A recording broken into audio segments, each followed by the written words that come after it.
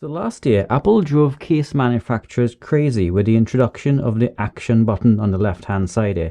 Some case manufacturers put a button like they were supposed to, but a lot of them had these little cutouts that were really, really bad and hard to use. Now this year, Apple's gone and done it again.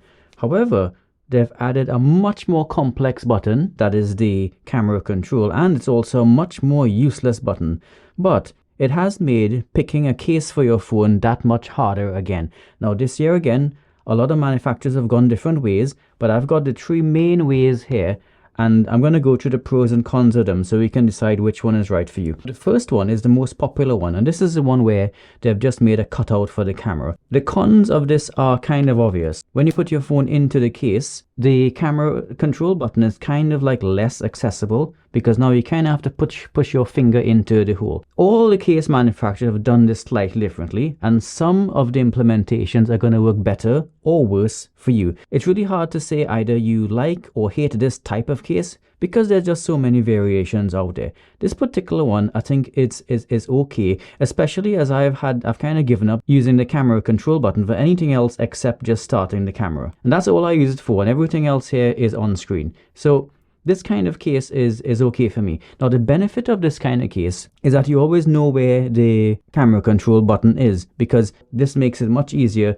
to pick it up and put it down without accidentally pressing the control and activating the camera and having the phone overheat in your pocket without you knowing what's going on. So those are the pros and cons of this kind of case. The next kind of case is the first party cases of Apple. Now these cases have a kind of a button there, and it's a sapphire button, I've heard it is, but I don't know for sure. It's some kind of conductive thing.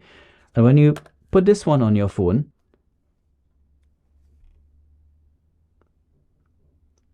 it kind of works as if you were just using the phone, so that everything that you can do on the phone, it just kind of passes through the case.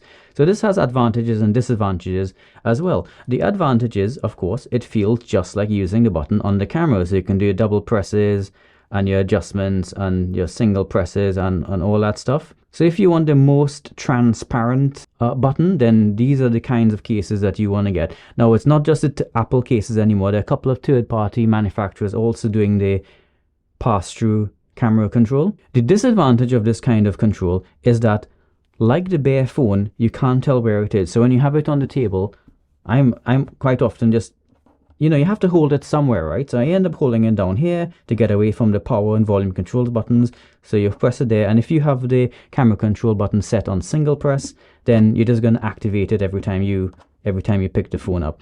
So that's the main disadvantage of this kind of button. The last kind of case I have is this ultra thin Kevlar case. Now this case particularly is from Benks, and I've got a voucher code for this below if you want to get 15% off. It's a very nice case. Now these cases also have cutouts. Even before the camera control button existed, these kinds of cases always had cutouts for the buttons. So when you put this case on,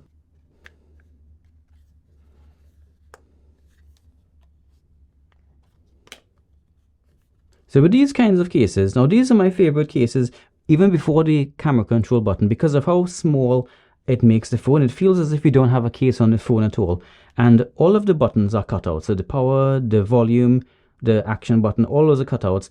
And this lends perfectly to the new camera control design, because again, it's just a cutout. But because the case is so thin, it actually doesn't hamper accessing the button at all. But it also allows you to feel where it is. So if you have this phone on the desk like that, you go to pick it up and you can tell that you're pressing the camera button, and then you hold it a bit higher or a bit lower. I mean, look, you can't get away from the fact that this camera button is really poorly placed and it's a bad design, but I think this kind of ultra thin Kevlar case is actually the best solution to the problem. So that's a quick look of the available cases. This video is not sponsored by anybody. Actually, it's sponsored by you by liking and subscribing. That really helps me out. So if you've learned something from this video and it's helped you a bit, by all means, just like and subscribe. That would mean a lot to me. Again, I don't have any voucher code for this Apple case, but these two Benks cases can be had at 15% off if you use my voucher code, this code down here right now. I don't get anything from it, so it is an unbiased opinion, but at least you get it 15% off. So until next time, peace. Oh, however you do it. Oh, have a look at these videos up here. YouTube thinks that you will find them interesting. Bye.